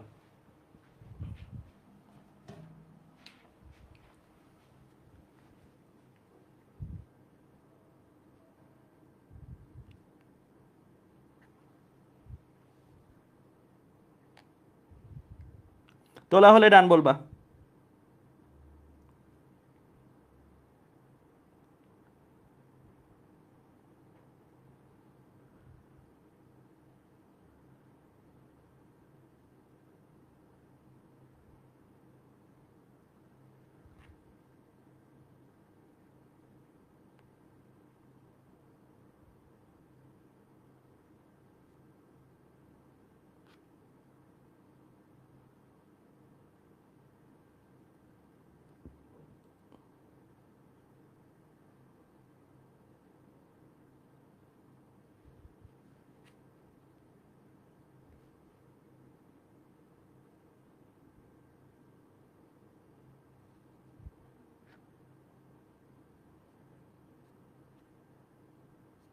তুলছো? ফাইন, ঠিক আছে। এটা প্রশ্নটা দেখে কঠিন মনে হলো, এটা আসলে একদম সহজ প্রবলেম। এখানে কি বলছে? এখানে তোমার বলে দিছে যে পৃথিবীর আবহাওয়ার ভেতর দিয়ে যাওয়ার ফলে 42 কেজি ভরের একটি জ্যোতিষ্কের, জ্যোতিষ্ক মিন্স হচ্ছে অ্যাস্ট্রোনমিক্যাল একটা অবজেক্ট যেটা পৃথিবীর বাইরে থেকে পৃথিবীর দিকে আসতেছে, ঠিক আছে, গতিবেগ 20 কিলোমিটার পার মিনিট থেকে হ্রাস পেয়ে 5 কিলোমিটার পার মিনিট হলো। এই গতিবেগ পরিবর্তনের দরুন কত তাপ উৎপন্ন হলো তা ক্যালোরিতে নির্ণয় করো। তা ক্যালোরিতে বের করতে বলছে, যে কনভার্সন এককের ব্যাপার বলছে না, এখন দেখাবো। তো ক্যালোরিও তাপ নির্ণয়ের একটা একক, যেটা আগে ব্যবহার হইতো, এখন খুব কম ইউজ হয়, কারণ এখন আমরা এসআই এককে বেশি ব্যবহার করি। 1 ক্যালোরি ইজ ইকুয়াল টু কত জুল? আমরা যে এখন যে তাপের একক জুল ইউজ করি, 1 ক্যালোরি ইজ ইকুয়াল টু কত জুল? দেখি কে কে বলতে পারে। এটা কিন্তু খুবই ইম্পর্টেন্ট এমসিকিউ। 4.2 জুল। 4.2 জুল, ঠিক আছে। 1 ক্যালোরি তাপ কত জুল তাপের সমান? 4.2 জুল তাপের সমান। এই জিনিসটা জানলেই হবে, এই জিনিসটা জানলেই হবে, ঠিক আছে। আচ্ছা, তো এখন দেখো, তোমাকে বলছে যে এই গতিবেগ পরিবর্তনের দরুন তাপ কত উৎপন্ন হয়েছে সেটা বের করতে। এখানে কোন ভাবে তাপ তৈরি হয়েছে? গতিশক্তির পরিবর্তনে না বিভব শক্তির পরিবর্তনে? প্রশ্ন পড়ে বলো, বিভব শক্তির পরিবর্তন না গতিশক্তির পরিবর্তন? গতিশক্তির পরিবর্তন না বিভব শক্তি নিয়ে কোনো কথাবার্তা বলা আছে? বলা নাই। তার মানে এখানে আগে তার গতিশক্তি ছিল একটা, আগে তার গতিশক্তি ছিল একটা, কারণ আগে তার বেগ ছিল হচ্ছে 20 কিলোমিটার পার মিনিট। পরে তার গতিশক্তি আরেকটা হয়েছে, সেটা কি 5 কিলোমিটার পার মিনিট। ঠিক আছে, 20 কিলোমিটার পার মিনিট থেকে 5 কিলোমিটার পার মিনিট। আমরা একটু এককগুলোকে কনভার্ট করে নিতে পারবো। আগের যে বেগটা সেটাকে ধরো নাও ইউ, তো ইউ যদি হয় 20 কিলোমিটার পার মিনিট, এটাকে কি এসআই এককে নিয়ে নিতে পারবো? নিয়ে নিতে পারবো, তাই না? 20 কিলোমিটার পার মিনিটকে এসআই এককে নিতে চাচ্ছি। 20 কিলোমিটারকে প্রথমত মিটারে নিতে হবে। মিটারে নিলে আমি কত দিয়ে গুণ দিব ভাইয়া? 1000 দিয়ে গুণ দিব। 1000 দিয়ে গুণ দিলে মিটারে চলে যাবে। ডিভাইডেড বাই 1 মিনিট ছিল, ডিভাইডেড বাই ভাগ আকারে নিচে 1 মিনিট ছিল। 1 মিনিটকে সেকেন্ডে নিতে চাইলে কি দিয়ে গুণ দিব ভাইয়া? 60 দিয়ে গুণ দিব। তাহলে কিলোমিটার হয়ে গেল মিটার, মিনিট হয়ে গেল সেকেন্ড, তাহলে মিটার পার সেকেন্ডে চলে আসবে কিনা? মিটার পার সেকেন্ডে চলে আসবে। 20 ইন্টু 1000 ডিভাইডেড বাই 60 আসে কত? 333.33, 333.33 মিটার পার সেকেন্ড। ঠিক আছে, একইভাবে ভিটাকেও নিয়ে নাও। ভি কি? 5 কিলোমিটার পার মিনিট। 5 কিলোমিটারকে আগে মিটারে নিতে হবে। 5 কিলোমিটারকে মিটারে নিলে 5 ইন্টু 1000, তাহলে এটা মিটারে চলে যাবে। ডিভাইডেড বাই 1 মিনিট, 1 মিনিটকে 60 দিয়ে গুণ দিলে এটা সেকেন্ডে চলে আসবে। তাহলে 5 ইন্টু 1000 ডিভাইডেড বাই 60, তাহলে এটা চলে আসছে 83.33, 83.33 মিটার পার সেকেন্ড। ক্লিয়ার? বোঝা গেছে? ওকে, ফাইন। এখন তোমার বের করতে হবে কাকে? গতিশক্তির পরিবর্তনটাকে। আর এই গতিশক্তির পরিবর্তনটাই তো তাপে কনভার্ট হয়েছে। এখানে তো বলে নাই যে গতিশক্তির পরিবর্তন 80% তাপে কনভার্ট হয়েছে, গতিশক্তির পরিবর্তন 60% তাপে কনভার্ট হয়েছে। পুরাটাই, কিছু বলে নাই মানে পুরাটাই তাপে কনভার্ট হয়েছে। তাহলে আমরা লিখব গতিশক্তির পরিবর্তন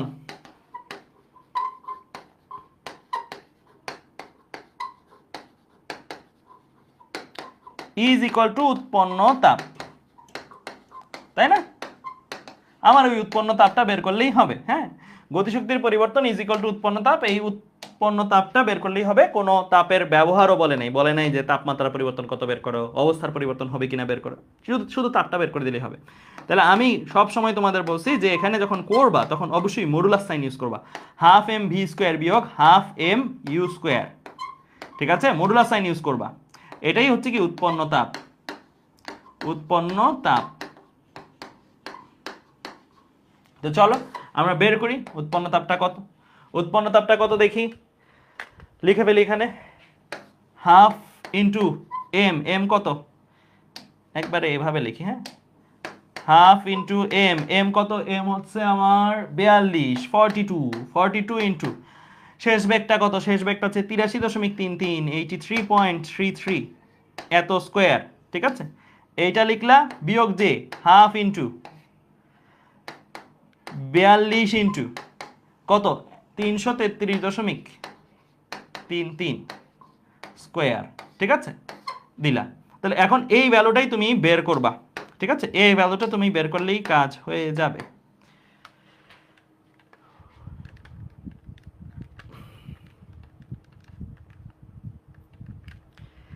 এটা বের করে কিন্তু তোমাদের মাইনাস আসবে। কি আসবে? মাইনাস আসবে। মাইনাস কি নিব না। কারণ কি? কারণ মডুলাস সাইন ইউজ করছি। মডুলাস সাইন ইউজ করলে মাইনাস থাকলেও মাইনাস নিব না, শুধু ভ্যালু নিব। তাহলে কত আসছে? অ্যান্সার কত আসছে তোমাদের? আমার তো এসে পড়ছে মাইনাস মডুলাস মাইনাস 218.7465 এরকম কিছু আসছে, এত জুলে আসছে, তাই না? এখন এটাকে আমার কিসে নিতে হবে? মাইনাসটা আর নিব না, মডুলাসটা নিব না। মাইনাস আর মডুলাস সরে যাবে, মাইনাস আর মডুলাস সরে যাবে, সরে গেল মাইনাস আর মডুলাস। এখন এই যে এই রাশিটা আসছে এটার একক কি হবে? জুল। এটার একক কি হবে? জুল। এটাকে আমার কনভার্ট করতে হবে কিসে? ক্যালোরিতে, কারণ বলে দিছে ক্যালোরিতে নিতে। 1 ক্যালোরিকে 4.2 দিয়ে গুণ দিলে জুলে যাবে। ক্যালোরির মানকে 4.2 দিয়ে গুণ দিলে জুলের মানে যাবে। তোমার দরকার জুলের মানকে ক্যালোরির মানে আনা। তাহলে কি করবা? 4.2 দিয়ে ভাগ দিবা। তো 4.2 দিয়ে ভাগ দিই। চলো, এই যে ভ্যালু যেটাই আসছে সেটাকে 4.2 দিয়ে ভাগ দিব। 218.7465 এটাকে ভাগ দিব। কি দিয়ে ভাগ দিব? 4.2 দ্বারা। 4.2 দ্বারা ভাগ দিলে এটা ক্যালোরিতে চলে আসবে। তাহলে তাই আমরা করতেছি। 218.7465 ডিভাইড বাই 4.2, তাহলে আসলো কত? 520825। 520,825 এত ক্যালোরি। বুঝতে পারছো? তাহলে উৎপন্ন তাপ কত এই গতিশক্তি চেঞ্জের কারণে? 520,825 ক্যালোরি। ঠিক আছে, ক্লিয়ার? তাহলে ম্যাথটা কিন্তু সোজা, খালি একক কনভার্সনটা করতে হবে আর কি লাস্টে, দ্যাটস ইট। বোঝা গেছে? ঠিক আছে, একদম বলছো 1 joule is equal two 0.24 calorie দিয়ে করলে হবে, একই তো। 1/4.2 আর 0.24 একই জিনিস। ঠিক আছে, 4.2 দিয়ে ভাগ দেওয়া আর 0.24 দিয়ে গুণ দেওয়া একই জিনিস। ক্লিয়ার? এই পর্যন্ত বুঝতে পারছি? ঠিক আছে, তাহলে আমরা এবার আরেকটা ম্যাথে চলে যাই। হ্যাঁ, এইটা সবাই তুলে ফেলো, এই প্রশ্নটা সবাই তুলে ফেলো, ফার্স্ট তুলে ফেলো। কিলো ক্যালোরি করা লাগবে না, না না না, ক্যালোরিতে নিতে বলছে, ক্যালোরিতেই, কিলো ক্যালোরি দরকার নেই।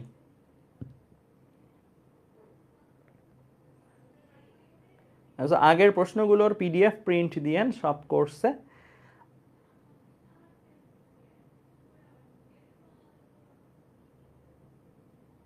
মানে পিডিএফ ফাইল দিতে বলছো, পিডিএফ ফাইল দেওয়া যাবে, সমস্যা নেই।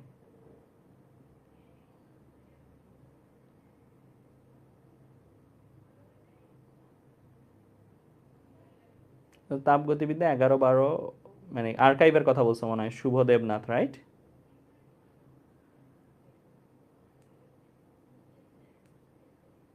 আচ্ছা ঠিক আছে।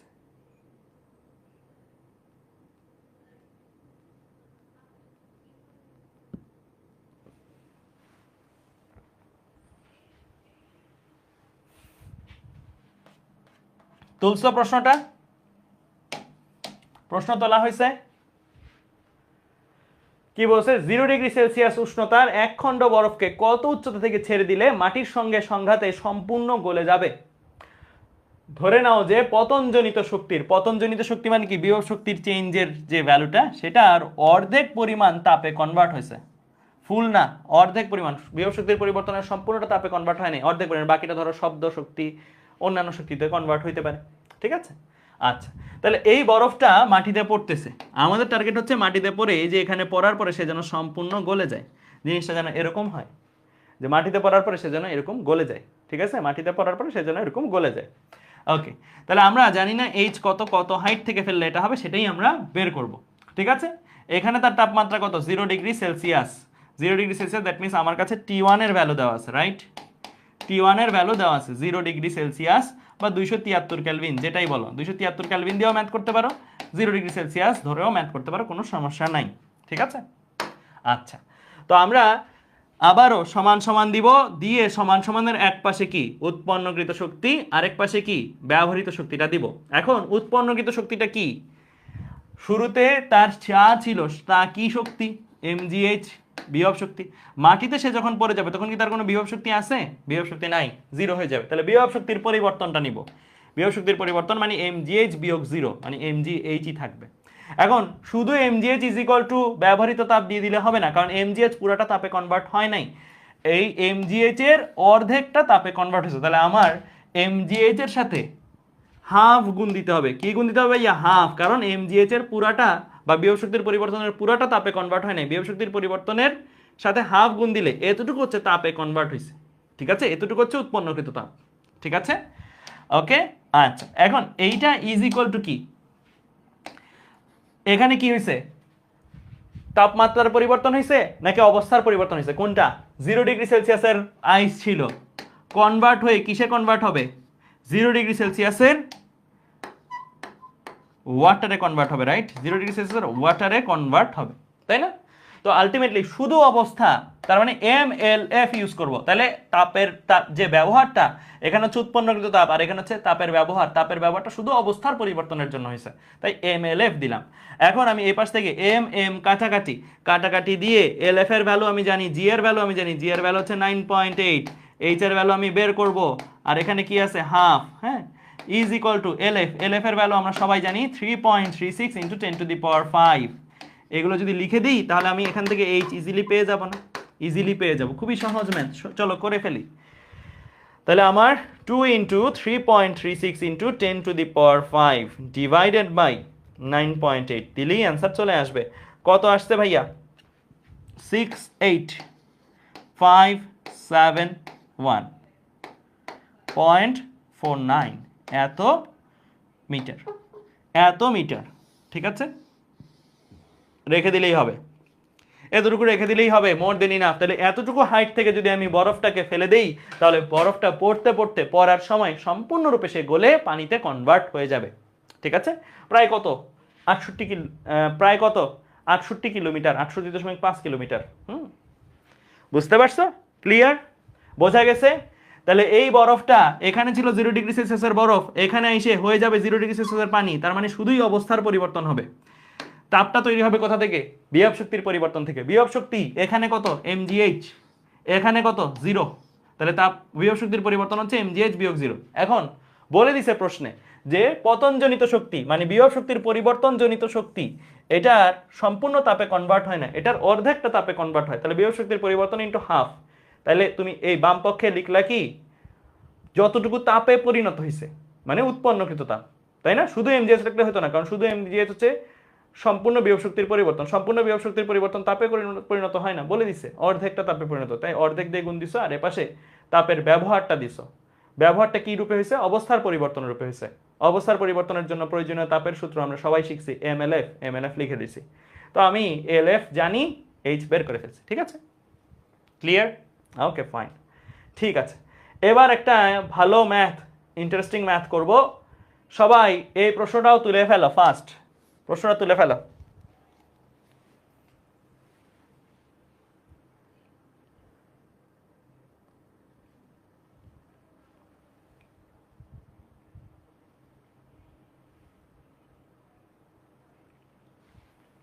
তোলা হলে বলবা।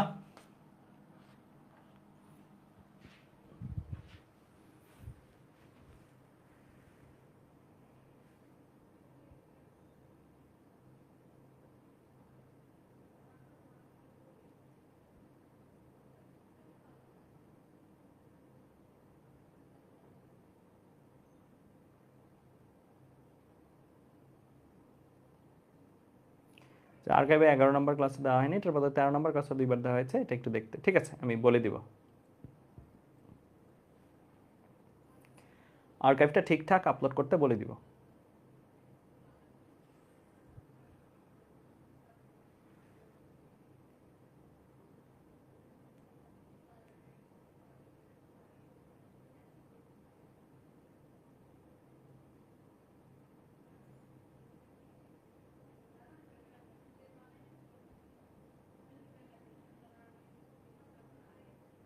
তোলা হইলে বলিও প্রশ্নটা, প্রশ্নটা তোলা হলে বলবা।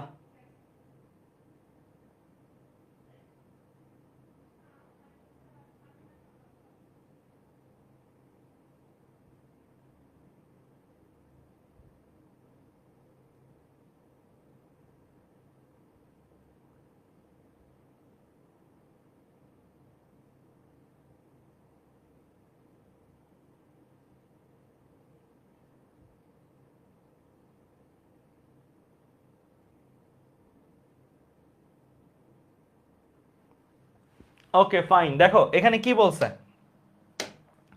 এখানে কি বলছে? একটি সীসার বুলেট কোনো প্রতিবন্ধকে আঘাত পেয়ে গলে যায়। একটা সীসার বুলেট দেখো সামনের দিকে এগিয়ে যাচ্ছে, যাওয়ার পরে সে প্রতিবন্ধক বা দেয়ালে আঘাত পাইলো। আঘাত পাওয়ার পরে সে গলে গেছে। তো সে কত বেগে যাচ্ছিল আমরা তো জানি না, ধরে নিই ভি বেগে যাচ্ছিল। ধরে নিই সে ভি বেগে সামনের দিকে, আচ্ছা ভি ধরবা না ইউ ধরবা?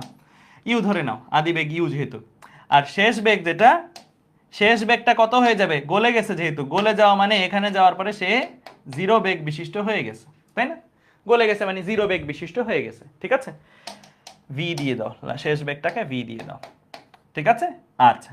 এখন এই যে প্রশ্নটা এতটুকু পর্যন্ত বললো, এতটুকু পর্যন্ত বলার পরে একটা জিনিস বলে দিছে, যদি প্রতিবন্ধক কর্তৃক 25% তাপ শোষিত হয়, প্রতিবন্ধক মানে কি দেয়াল বা যেইখানে বাধা সে পাইতেছে, শোষিত হয়। বুলেটের আদি তাপমাত্রা যদি 27°C হয়ে থাকে, মানে এই টাইমে তাপমাত্রা যদি 27°C হয়ে থাকে, তাহলে বেগ নির্ণয় করো, মানে কত বেগে সে যাচ্ছিল এই ইউটা বের করতে বলছে। সীসার গলনাঙ্ক দেওয়া আছে 327°C, সীসার আপেক্ষিক তাপ দেওয়া আছে 126 joule per KG per kelvin, হ্যাঁ, আর আপেক্ষিক সুপ্ত তাপ 25,200 জুল পার কেজি, এগুলো দেওয়া আছে। এইখানে সবচেয়ে বেশি ট্রিকি যে পার্টটা বা সবচেয়ে বেশি বুঝতে হবে যে পার্টটা সেটা হচ্ছে সীসা নিজের জন্য কতখানি তাপ পাইল। সীসা নিজের জন্য কতখানি তাপ পাইল বলো। যদি সম্পূর্ণ তাপ তৈরি হয় 100%, কত পার্সেন্ট তাপ সীসা নিজের জন্য পাবে? দেখো এই বুলেট আর প্রতিবন্ধক দেয়াল দুইটা কিন্তু ঘষা খেয়েছে, তাই না? ঘষা খেয়েছে, ঘষা খাওয়ার কারণে তাপ তৈরি হয়েছে ঘর্ষণের ফলে, রাইট? এই যে তাপ তৈরি হয়েছে, তাপ যদি 100% তৈরি হয়, বলেই তো দিছে 25% তাপ, এই 100% তাপের 25% তাপ কে নিয়ে যাবে? প্রতিবন্ধক নিয়ে যাবে, মানে দেয়ালটা 25% তাপ নিয়ে যাবে। উৎপন্নকৃত তাপের 25% তাপ ও নিয়ে যাবে। তাহলে সীসার বুলেটের জন্য সংঘর্ষের সময় কত পার্সেন্ট তাপ সীসার বুলেট পাবে? 75%। টোটাল যদি 100% হয়, 25% তাপ দেয়াল নিয়ে যায় বা প্রতিবন্ধক নিয়ে যায়, তাহলে সীসার জন্য কত পার্সেন্ট তাপ অ্যাভেলেবেল থাকবে? 100 বিয়োগ 25, অর্থাৎ 75% তাপ সীসা পাবে। 75% তাপ সীসা পাবে, মানে সীসার জন্য সীসার গায়ে লাগবে 75% তাপ। সম্পূর্ণ তাপ 100%, 25% তাপ দেয়াল পাইয়ে গেছে, আর বাকি 75% তাপ সীসা পাচ্ছে। এই লাইনটা বুঝছো কিনা বলো? এই লাইনটা বুঝছো কিনা? এই লাইনটাই সবচেয়ে বেশি ইম্পর্টেন্ট লাইন, বাকি লাইনগুলো তোমরা পারবা, ঠিক আছে? মানে এখানে জাস্ট এটা একটু ঘুরাই বলছে, সীসা কত পার্সেন্ট তাপ পাবে সেটা ডিরেক্ট বলে নেই, দেয়াল কত পার্সেন্ট তাপ পাবে সেটা বলছে। আমরা জানি টোটাল তাপ যদি 100% হয়, 25% তাপ দেয়াল নিয়ে যায়, বাকি আছে কত পার্সেন্ট? 75%। বাকি 75% তাপ আর কে পাবে? সীসা পাবে, ঠিক আছে? আচ্ছা, তাহলে আমরা এতটুকু শিওর যে সীসা উৎপন্ন তাপের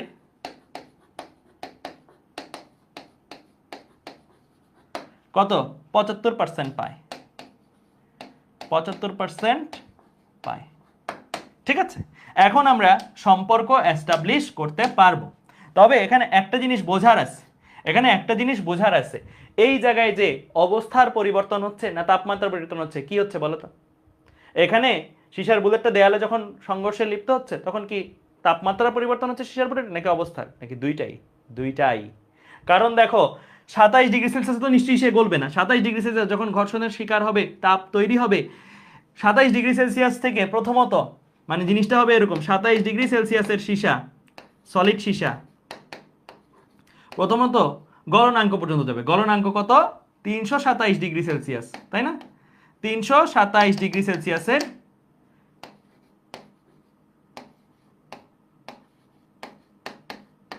সলিড সীসা পর্যন্ত সে যাবে, তাপ অর্জন করে সে এটা যাবে। এটা গেল প্রথম ধাপ। এটা কি প্রথম ধাপ? প্রথম ধাপে সে যে পরিমাণের তাপ নিবে। দ্বিতীয় ধাপে কি করবে? 327 ডিগ্রি সেলসিয়াসের সলিড সীসাটা কনভার্ট হবে, কিসে কনভার্ট হবে ভাইয়া? লিকুইডে কনভার্ট হবে, তাই না? 327 ডিগ্রি সেলসিয়াসের লিকুইডে কনভার্ট হয়ে যাবে, ঠিক আছে? তাহলে তাপ নিচে কয় পর্যায়ে? 2 পর্যায়ে। তাহলে মোট যে তাপের ব্যবহার কি কি পর্যায়ে আছে ভাইয়া? 2 পর্যায়ে। এই পর্যায়ে কতটুকু তাপ লাগবে? এই যে এই পর্যায়টাতে কতটুকু তাপ লাগবে? ms T2 বিয়োগ T1 পরিমাণ, রাইট? এই পর্যায়টাতে কতটুকু তাপ লাগবে? এই যে এই ধাপটা কনভার্ট হইতে কতটুকু তাপ লাগবে? mLF পরিমাণ তাপ লাগবে। তাহলে তাপ টোটাল কয় পর্যায়ে ব্যবহার হবে? 2 পর্যায়ে। তাপমাত্রা পরিবর্তনের জন্য এই পরিমাণের তাপ লাগবে, অবস্থার পরিবর্তনের জন্য এই পরিমাণের তাপ লাগবে। একটু আগের যে ম্যাথগুলো করতাম সেখানে হয় অবস্থার পরিবর্তন হইতো, নাহলে তাপমাত্রার পরিবর্তন হতো, আর এই ম্যাথে ডাবল, দুইটাই হচ্ছে। তাপমাত্রা পরিবর্তনের জন্য প্রয়োজনীয় তাপ এত, অবস্থার পরিবর্তনের জন্য প্রয়োজনীয় তাপ এত, ঠিক আছে? তাহলে আমরা এখন যখন ম্যাথটা করব আমরা কি করি? নরমালি সমান সমানের এক পাশে উৎপন্নকৃত তাপ দিই, সমান সমানের আরেক পাশে ব্যবহৃত তাপ দিই। তো প্রথমত আসি উৎপন্নকৃত তাপটা কত?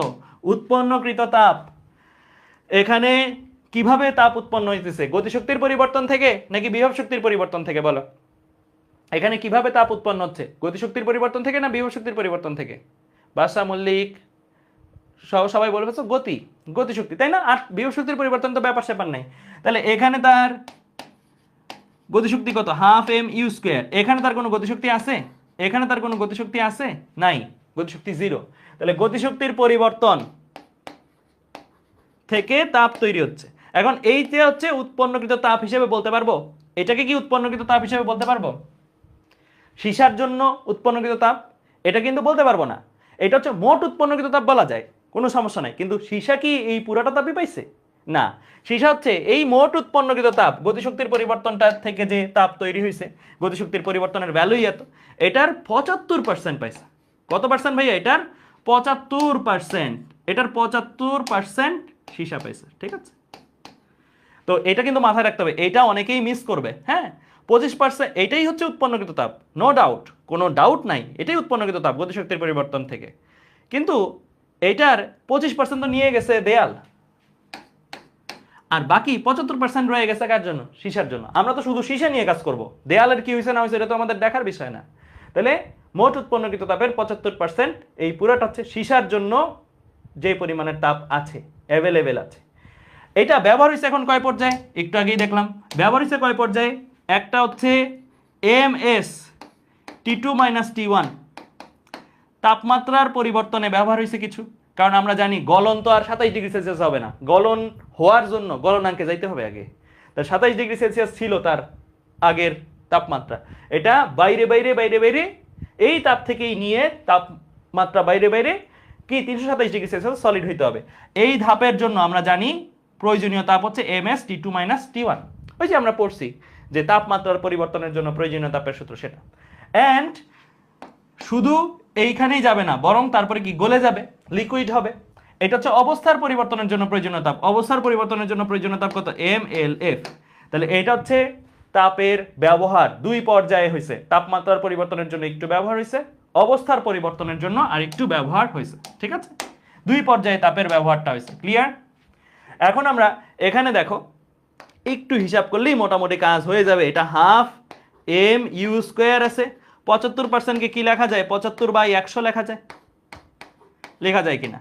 এখানে এম আছে, এস আছে, T2 আছে, T1 আছে, রাইট?